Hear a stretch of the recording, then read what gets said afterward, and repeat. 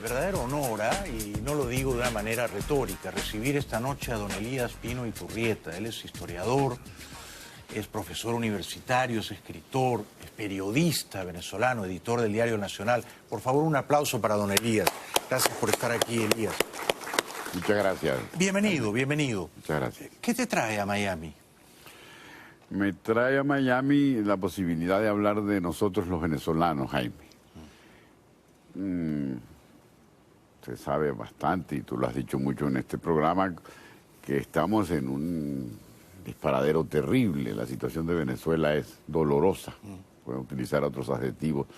Y tiene que haber una explicación que no se limite al presente, porque las cosas no comienzan con nuestra partida de nacimiento, vienen de mucho, muy atrás. Entonces la idea es plantear desde la perspectiva de la historia de las mentalidades cuáles pueden ser los motivos que nos han conducido a esta estrechez y a esta situación tan precaria que vivimos.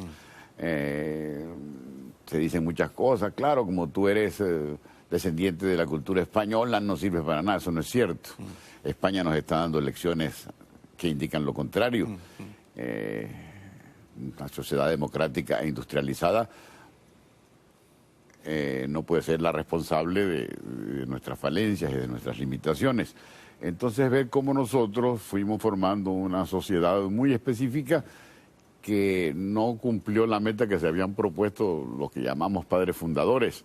Venezuela ha tratado de ser como todas las que fueron colonias de España en Hispanoamérica, república, y no lo ha logrado, sino en unos tramos muy cortos, Sí.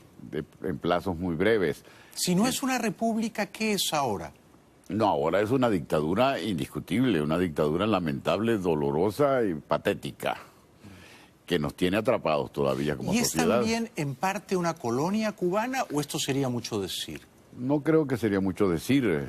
Si las decisiones se toman en La Habana y si en los cuarteles de Venezuela está la bandera de Venezuela, pero hay un mástil al lado con la bandera de Cuba, evidentemente... Es así. Es así, sin Esto duda. es increíble. Eso es así. Entonces, evidentemente que estamos colonizados por un poder extranjero. El gobierno de Venezuela está pagándole petróleo, compra petróleo para Cuba, mientras la Le sociedad... paga al ejército invasor. Esto se lo dijo Ledesma a Mike Pence. Es Bueno, ahí está. el único país del mundo que le paga al ejército invasor. Así es, una maravilla. Una maravilla, ¿no? Entonces, evidentemente, es una colonia en ese sentido. Ahora, cuando Chávez ganó hace 20 años, a fines del 98, yo recuerdo que en las discusiones con amigos acá, cubanos, venezolanos, españoles, había un grupo que decía, Chávez es un moderado, es un socialdemócrata, no es un comunista. Y había otro grupo, creo que minoritario, Elías, que decía, no, Chávez ha hecho una campaña embustera, ha fingido ser un moderado, pero ya está colonizado mentalmente por Fidel Castro y en ese camino va. ¿Tú qué sospechabas o qué presentías entonces de Chávez? No presentía nada, yo estaba absolutamente seguro de que iba a ser una dictadura de tipo militar. No me imaginé jamás que fuera este socialismo escandaloso y patético, pero sí que estábamos frente a una militarada como muchas otras que habían sucedido. Yo estaba en esos días en México y una colega mexicana, historiadora, cuando me vio después del golpe de Chávez, antes de que ganara las elecciones, me dijo, venezolanos, haitianos de tierra firme. Y decía, ¿y por qué? Tiene razón, aquí hay una militarada, aquí hay un golpe de fuerza que se está preparando y que va a romper toda la trayectoria democrática que habíamos iniciado o reiniciado a partir del año 58. 58, cuando se va a principios de ese año Pérez Jiménez. Es que uno de los grandes malentendidos que yo he atestiguado es que de pronto Chávez instaló la tesis de que esos 40 años, del 58 al 98, esos 40 años fueron malísimos para Venezuela. Absolutamente. Y fue lo contrario, ¿no? Claro. Fueron años de gran libertad y prosperidad. Él llegó a decir además, Jaime, una cosa escandalosa, extraordinariamente escandalosa, cuando estaba en la campaña electoral. Estamos viviendo en el siglo XX, el siglo perdido de Venezuela. Todo lo contrario, es el siglo que gracias al chorro de petróleo nos modifica la vida, nos educa, nos hace más sanos, más cosmopolitas, más enterados. Ese es el siglo XX venezolano. Chávez dice que es el siglo perdido. Por ahí viene la idea de algo que ha manejado muy bien y que le importa mucho a un historiador, que es la modificación de los recuerdos. En la medida en que no tienen mensajes, sino que dicen las mismas tonterías de siempre, quieren inventar o manipular la historia y tienen a la perfección la estrella. Aquí está Bolívar. Como Bolívar ha servido para todo, pues también puede servirnos a nosotros para hacer el socialismo del siglo XXI, porque Bolívar fue socialista. Una cosa verdaderamente enloquecida. ¿Bolívar fue socialista? Pero ¿cómo va a haber sido socialista un aristócrata, del siglo XIX venezolano? En Francia y un hombre ilustrado. Y muy rico. Claro. Así es. Y que le tenía mucha desconfianza al pueblo. Él llegó a temerle a lo que él mismo denominaba en sus escritos la pardocracia.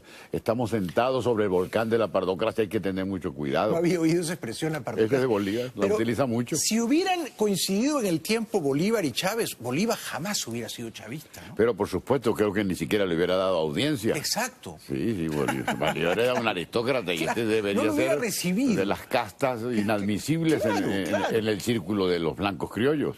Ahora, ¿quién es para ti el mejor presidente democrático que ha tenido Venezuela desde que tú tienes uso de razón? La democracia venezolana es una conjunción de factores y de personalidades, pero si se tiene que escoger una figura, necesariamente es la de Rómulo Betancourt. Rómulo Betancourt primero crea un partido político de mucho arraigo popular. En eso tiene mucho que ver el APRA del Perú. Él se fija mucho en ese modelo cuando en Haya de la juventud Torre. Y en Haya, y ese discurso lo traslada a Venezuela y logra crear una fortaleza popular. Una izquierda democrática. Exactamente. Y después del año 58, si tuvo algunas orientaciones izquierdistas, las modera, acepta las buenas relaciones con los Estados Unidos, las fortalece y comienza este proceso tan importante de cohabitación republicana, que es la que se inicia en el año 58. Fue una maravilla, esas 4 décadas de punto fijo fueron una bendición para Venezuela. Venezuela era la envidia de América del Sur. Así es. Y claro, los 3 primeros gobiernos, por ejemplo, el gobierno del presidente Betancourt, el gobierno del presidente León y el primer gobierno del presidente Caldera, formaron parte de ese proceso de punto fijo, que significó aliarse contra la extrema izquierda y contra la extrema derecha, contra las guerrillas, contra Fidel Castro y contra los restos del perejimerismo que todavía existían. Eso se trabaja durante 15 años para crear una república distinta de la del pasado, y eso es fundamental. Es una época, si se puede utilizar el término, estelar de la historia de Venezuela. Ahora, ¿por qué, querido Elías, el segundo Carlos Andrés y el segundo Caldera terminaron tan mal y yo creo que incubaron el demonio de Chávez? Hay muchos factores. Quizá pueda ser importante el siguiente. La democracia del año 58, que se establece ya, y uno cree que definitivamente en el año 58, depende de organizaciones políticas que ya están arraigadas, fundamentalmente de 2, que serían Acción Democrática y el Partido Social Cristiano, que nosotros llamamos COPEI. El primero de Rómulo Betancourt y el segundo fundado por Caldera. Esas organizaciones dejan de ser lo que fueron y se van desmoronando poco a poco. Y van a ser reemplazadas por personalismos, por figuras aclimatadas en el seno de esas organizaciones políticas, pero que quieren hacer, que confunden la historia de Venezuela con su autobiografía y con sus intereses. Y comienza entonces la utilización del partido político para intereses partidarios, privados, pequeños, para facciones. Y eso determina la dificultad que tienen los partidos políticos de ser frenos o contrapesos de los personalismos, que en este caso llegarían a su clima con una figura como Carlos Andrés Pérez, pienso yo. O sea que el fracaso de los partidos abrió las puertas al caudillismo, ¿verdad? Por supuesto, y le puso alfombra roja al chavismo. Ahora, ¿fue un error histórico de Caldera amnistiar a Chávez en el 94? Caldera no lo amnistía. Caldera hace un sobreseimiento. Ahí hay una situación que es la siguiente. Hay un gran desencanto con la democracia representativa. Sí, la gente sí. no quiere votar, los partidos no sirven. Ocurre el golpe de Chávez, fracasado por fortuna. Son hechos presos Chávez y sus socios sus conspiradores. Y hay una reacción favorable a su libertad. Sí. Son cosas que la gente no recuerda porque no tienen por qué recordar. Organizaciones tan importantes como gentes de Fede Cámaras, pero por ejemplo la conferencia episcopal, que ahora es tan importante, le dijo al presidente de la República que lo sacara de la cárcel. Y los señores de los medios de comunicación, los dueños de las televisoras, muchos banqueros, asediaron al presidente Caldera. Pidiendo la libertad. Pidiendo la libertad de un sujeto inofensivo. Sí, sí, sí. Ese es un mediocre y un tonto y no va a pasar absolutamente nada. Y ante esa situación Caldera tomó una decisión que fue catastrófica, pero que no fue de su responsabilidad exclusiva. No, ya, sí, es que tú eres un historiador muy fino y muy justo. Es muy fácil ser historiador con el periódico de lunes, ¿no? Sí. Pero en ese toro pasado. Claro, a toro pasado. Pero en ese contexto, Sí. Muchas fuerzas poderosas de la sociedad venezolana pedían la libertad del espadón, del golpismo. Absolutamente. Ese sin uniforme va a ser un idiota. Pues no, Claro. no fue. Regresamos en 2 minutitos. Quédate con nosotros hasta el final, por favor. Es un gran honor escucharte con Elías Pino Iturrieta. La conferencia es mañana en la librería Altamira de Coral Gables a las 6:30 de la tarde. No se la pierdan. Además es un evento gratuito, Camilo, ¿no? No hay que pagar un poquito. Por eso, hay que pagar un poquito. Bueno, las cosas buenas hay que... Las cosas Gracias, buenas, Jaime. claro, no, hay que pagar un poquito, pero una cosa minúscula con lo que ustedes pueden aprender del gran Elías Pino Iturrieta. Ya volvemos.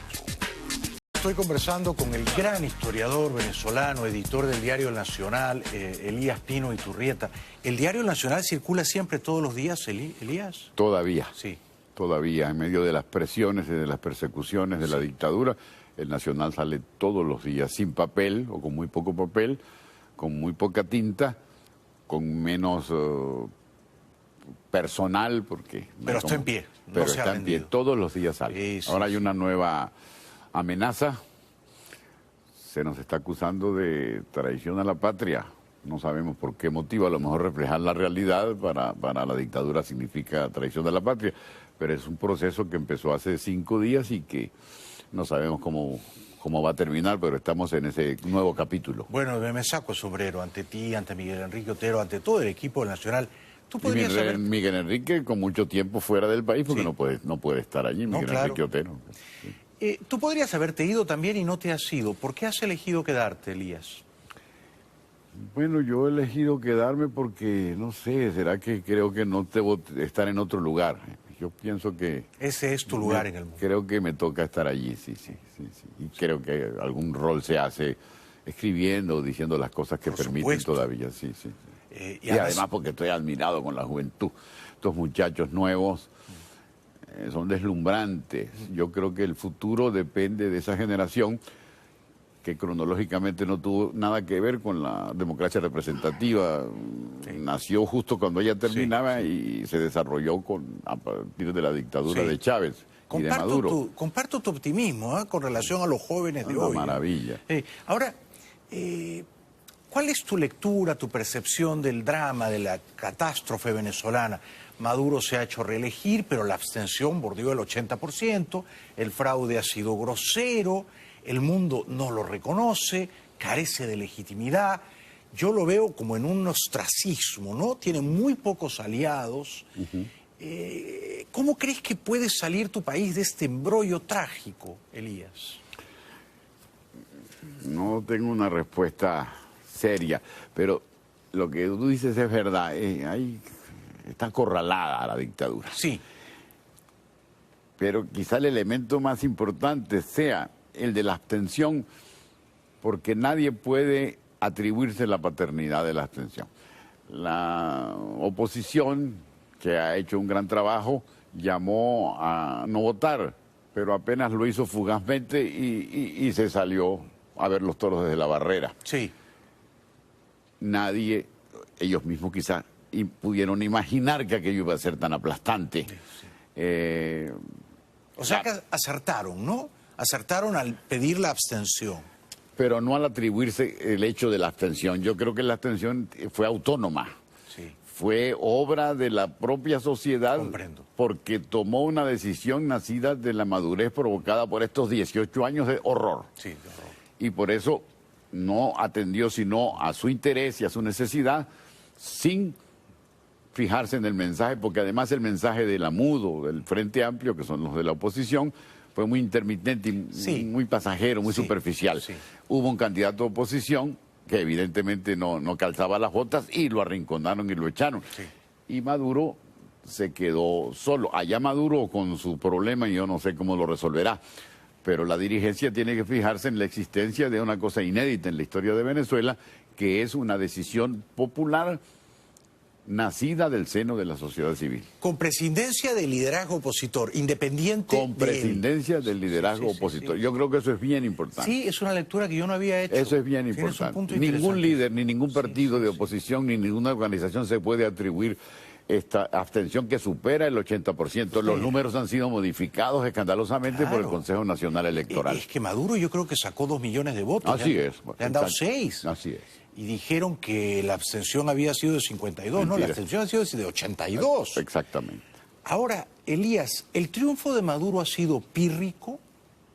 Quiero decir, ¿Maduro sale debilitado del fraude? Maduro tiene... Tú hablabas de la reacción internacional. Esa reacción internacional es más voluminosa como consecuencia del fraude. Sí, sí. Y eso hace más precaria su administración. ¿Y crees que los militares de tu país, en un futuro más o menos cercano, van a levantarse en armas contra Maduro y Cabello? Los militares fueron los testigos más cercanos del fraude y fueron los testigos más cercanos de la abstención, Exacto. porque hay una organización cuidadora del sistema electoral que se llama el Plan República. El Plan República es una operación militar, de manera que ellos son testigos de primera fila de cómo hubo fraude y de cómo hubo abstención. Sin embargo, 15 minutos antes de que el Consejo Nacional Electoral diera estos números Sí. tan escandalosamente inflados y tan tergiversados, el alto mando militar, con el ministro de la Defensa a la cabeza, dijo que todo había sido una maravilla y que, por supuesto, la democracia salía fortalecida. O sea que los De manera militares que por allí- aprobaron el fraude. Aprobaron el fraude y fueron el prólogo del fraude porque hablaron de eso, hablaron de los maravillosos resultados 15 minutos antes. Sí. Era para responder tu pregunta. Yo no miraría al cuartel con buenos ojos para pensar en que por ahí puede estar la llave que abrirá el candado. Y entonces, ¿dónde estaría la llave, querido Elías? En esta multitud. En la sociedad democrática. Sí, los porque yo jóvenes. pienso que la abstención no fue pasividad, sino todo lo contrario, fue beligerancia. De acuerdo, fue un acto de rebeldía. Exactamente. De beligerancia. Eso es muy importante. Con lo cual tú, digamos, cifras cierta esperanza en que los jóvenes libertarios de tu país se vuelquen a las calles como el año pasado. ¿Puede ocurrir? Puede ocurrir. Yo pienso que ahora hay elecciones estudiantiles. Esta semana son las de la Universidad Católica, después vienen las de las otras universidades Sí, públicas. sí. Yo creo que eso va a ser un elemento muy importante para que ellos se reorganicen y piensen Sí. en el futuro inmediato. ¿Sería deseable o conveniente una intervención de los Estados Unidos como intervino Bush papá en Panamá el año 89 contra una narcodictadura, la de Noriega, o tú no la verías con simpatía? Yo creo que sería una equivocación en este momento, ¿Por qué? porque una invasión significa muerte y sangre. Y ya tenemos suficiente muerte y suficiente sangre. Yo creo que ese es un elemento, un argumento que pudiera funcionar. Pero también porque, caramba, denos la oportunidad de arreglarnos solos. Si lo hemos hecho en el pasado, ¿por qué no lo hacemos ahora? Yo escribí un texto que se llama "De peores hemos salido". Bueno, si salimos de peores, si nos levantamos cabezas después de la independencia, si levantamos cabezas después de la guerra federal, si levantamos cabezas después de una de las dictaduras más pavorosas de América Latina, que fue la de Juan Vicente Claro, Gómez, claro. ¿por qué no podemos levantar cabeza ahora? En esas anteriores triunfos de la sociedad no hubo presencia foránea. Con lo cual ha habido, aunque no lo crean, ha habido peores que Maduro. Ha habido peores que Maduro. Es así, aunque no lo crean. Ese es un mensaje optimista. Ese es un mensaje optimista, Juan sí. Vicente Gómez duró 27 años. 27, justo. 27 años. Se murió de viejo. Exacto, exacto. Sí. Murió en el poder, murió en su Sí, casa. sí. O sea que no pierdan el optimismo, no pierdan el optimismo. Es verdad que la llave está en el corazón de cada venezolano. Absolutamente. No está en la Casa Blanca ni está en los cuarteles. Así es. Qué bueno esto que has dicho. Quédate con nosotros, por favor. Regresamos con Elías Pino Iturrieta. La cita es mañana en Altamira, la librería Altamira, Coral Gables, a las 6:30 de la tarde. Por supuesto que mucha gente te va a acompañar ahí, Elías. Ya volvemos. Ha venido esta noche el gran historiador venezolano Elías Pino Iturrieta. Elías, tú decías que la llave para el conflicto, para salir, desatar el nudo en tu país, no es una invasión de Estados Unidos ni que los militares venezolanos se levanten en armas contra el dictador, sino que la propia sociedad democrática encuentre la manera, ¿no?, de emanciparse de esa tiranía. Hay aquí en el estudio un señor que plantea una, digamos, duda al respecto y dice, pero es que la sociedad ya salió a las calles el año pasado, ¿no?, y esa salida no funcionó porque la dictadura asesinó cruelmente a decenas más de un centenar de jóvenes. Entonces, ¿cómo pedirles que se vuelquen nuevamente a las calles sabiendo que los van a matar a sangre fría? ¿Qué responderías tú? Nadie está pidiendo que salgan a la calle a que los maten. Hay que ver lo que está pasando en el sentido de la madurez de la sociedad. Yo creo que la elección fallida de Maduro, este horror que sucedió, es una demostración de cómo el pueblo se la está jugando. Tumbar a un régimen, tú lo sabes, lo que lo dijiste hace poco, aunque no estábamos en el aire, Perú arregló sus problemas sin invasión extranjera. Chile arregló sus problemas sin invasión extranjera. Y así sucesivamente. Y eran dos dictaduras que habían traído bonanza económica. Ahí está, ahí está. ¿Quién liquida a Fujimori? ¿Los marines? Pues no. El pueblo peruano, la sociedad peruana. Y cada sociedad tiene sus caminos. ¿De qué maneras, qué desobediencias civiles, qué rebeldías individuales podrían ser útiles en Venezuela, por ejemplo? El problema de las desobediencias civiles es el siguiente: nunca han existido. Y eso es lo interesante de este suceso. Sí. La sociedad venezolana está haciendo cosas que no había hecho jamás. O sea que esto de la abstención, en tu mirada de historiador, es un parteaguas. Absolutamente. Sí. Y es lo que deberían entender los militares y deberían entender los políticos que han tratado de manejar la oposición. Sí. Tú me habías preguntado hace poco, creo que no estábamos al aire, por Leopoldo López. Bueno, Leopoldo López fue un promotor de esas manifestaciones callejeras que desembocaron en estas muertes. Sí, hace 4 años exactamente. Exacto. Ahora bien, ¿eso funcionó o no funcionó? Es evidente que, viendo las cosas desde ahora, fue una cosa muy importante desde el punto de vista de la alternativa de salir del gobierno. Ahora, quizá, y vista la experiencia terrible del año pasado, como dices tú, no conviene ya salir a las calles, porque va a haber muchos muertos inocentes, pero sí paralizar el país desde tu casa. Digamos, si la sociedad entera se propone paralizar el país, lo puede hacer, ¿no? Claro, desde luego, pero hay una realidad que va a determinar eso o cosas mucho más enfáticas. El hambre, la miseria, la desatención de los hospitales, la ausencia de la mínima posibilidad de vida digna. La gente en un país que tiene tantas riquezas minerales saca la comida de la basura. La clase media no puede pagar su vida. Tú eres historiador. El hambre es un mariscal de campo. El hambre es un mariscal de campo. Que lo diga Luis XIV. Exacto. Que lo diga Luis XVI, mejor dicho. Ya está. ¿Cuántas dictaduras no han caído? Así es. Porque el pueblo estaba hambriado. Exactamente. ¿No? Entonces son situaciones que no dependen de lo que pasó. Y si no le das ni de lo pan que uno y tiene le en la das cabeza, tortas, sino que eso tiene que venir porque no hay otra claro, manera, tiene que suceder. sí. Porque ¿de dónde van a sacar recursos? Además no les interesa. Sí. Les interesa controlar a la sociedad y estarían dispuestos a matar a medio pueblo. Es bien probable. Pero el pueblo tiene la necesidad de responder por su gente, por mis hijos. Otro asunto importantísimo que nunca se había visto en Venezuela y que demuestra cuál es el escándalo de la crisis. Venezuela era uno de los pueblos más sedentarios de América Latina y ahora es uno de los pueblos nómades que está por ahí pidiendo como miserable. 4 millones de Ahí venezolanos está, como mí. por el amor de Dios. Bueno, esto es solo el preludio, la abreboca. Esto continúa mañana en la librería Altamira Ojalá. a las 6:30 de la tarde. No se pueden perder a este maestro que es Elías Pino Iturrieta. Acompáñenlo, por favor.